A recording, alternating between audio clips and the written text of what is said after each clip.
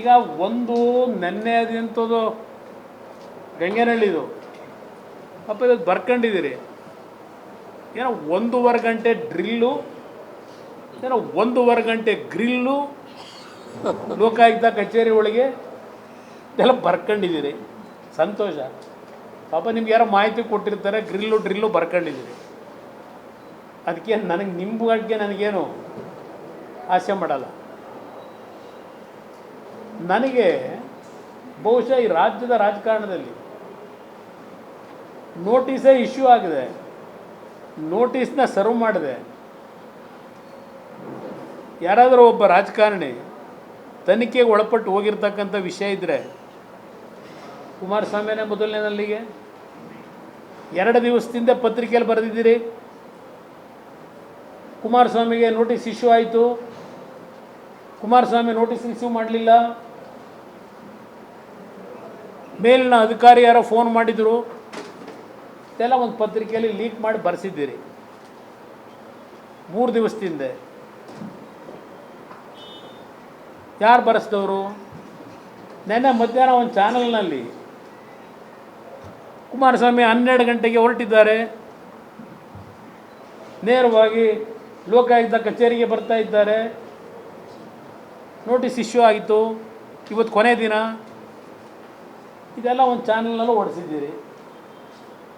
ಯಾರು ನಿಮಗೆ ಕೊಟ್ಟಿದ್ದು? ನಮ್ಮ ಚಾನಲ್ ಸ್ನೇಹಿತರಿಗೆ ಈ ಲೀಕ್ ಮಾಡಿರೋದು ಮುಖ್ಯಮಂತ್ರಿ ಕಚೇರಿಯಿಂದಲೇ ಮಾಡಿರ್ಬೇಕಲ್ವೇ? ಪತ್ರಿಕೆಯಲ್ಲಿ ಬಂತಲ್ಲ 3 ದಿವಸದಿಂದ ನೋಟಿಸ್ ಇಶ್ಯೂ ಆಗಿದೆ ಅಂತ. ಯಾರು ಇದನ್ನು ಕೊಟ್ಟವರು ಮಾಹಿತಿನ?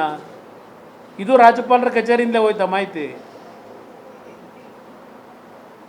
ಈ ಮಾಹಿತಿ ಕೊಟ್ಟಿದ್ದು ರಾಜ್ಯಪಾಲರ ಅವ್ರ ಕಚೇರಿಯ ಸಿಬ್ಬಂದಿಗಳ? ಕುಮಾರಸ್ವಾಮಿಗೆ ಲೋಕಾಯುಕ್ತ ನೋಟಿಸ್ ಕೊಟ್ಟಿರೋದು.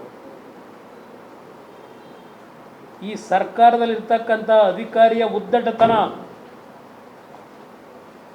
ಏನು ಮೆಸೇಜ್ ಕೊಡ್ತೀರಿ ನೀವು? ನಾನು ಮೊನ್ನೆ ಪತ್ರಿಕೆಯಲ್ಲಿ ನೋಡಿದೆ, ಅದು ಆಮೇಲೆ ಬರ್ತೀನಿ. ನೆನ್ನೆ ನಾನೇ ಸ್ವಯಂ ಪ್ರೇರಿತನಾಗಿ ಹೋಗಿ ಏನು ಪಾಪ 20 ಪ್ರಶ್ನೆ ಪಾಪ ಇಟ್ಕೊಂಡಿದ್ರು. ನಾನು ಅಧಿಕಾರಿಗಳ ಅಲ್ಲಿ ಕೆಳ ಹಂತದ ಅಧಿಕಾರಿಗಳ ಬಗ್ಗೆ ಚರ್ಚೆ ಮಾಡಲ್ಲ. ಪಾಪ ಅವ್ರು ಏನು ಮಾಡ್ತಾರೆ? ಮೇಲಿನ ಅಧಿಕಾರಿಗಳು ಸೂಚನೆ ಕೊಟ್ಟಿರ್ತಾರೆ, ಮುಖ್ಯಮಂತ್ರಿ ಸೂಚನೆ ಕೊಟ್ಟಿರ್ತಾರೆ. ಹೊರಗಡೆ ಇವತ್ತು ಅವ್ರದ್ದೇನು ಬರ್ತಾ ಇದೆ ಅವ್ರದ್ದನ್ನು ಮುಚ್ಚಾಕೊಳ್ಳೋದಕ್ಕೆ, ಅಯ್ಯೋ ಕುಮಾರಸ್ವಾಮಿ ಏನೋ ಮಾಡಿಬಿಟ್ಟವನೇ, ಕುಮಾರಸ್ವಾಮಿಗೆ ನೋಟಿಸ್ ಬಂದೈತೆ ಅಂತ ಪ್ರಚಾರ, ಡೈವರ್ಷನ್ ಬೇಕಲ್ಲ ಅವರಿಗೆ, ಸರ್ಕಾರಕ್ಕೆ. ಅದಕ್ಕಷ್ಟೇ ಆ ಪ್ರಕರಣ, ಗಂಗೆನಹಳ್ಳಿ ಪ್ರಕರಣ. ಅದು ಬಿಟ್ಟು ಅದರಿಂದ ಮುಂದೆ ಒಂದು ಹೆಜ್ಜೆ ಅವ್ರು ಏನೂ ಮಾಡೋಕ್ಕಾಗಲ್ಲ. ರಾಜೀನಾಮೆ ಕೊಡಬೇಕಂತ ಕುಮಾರಸ್ವಾಮಿ.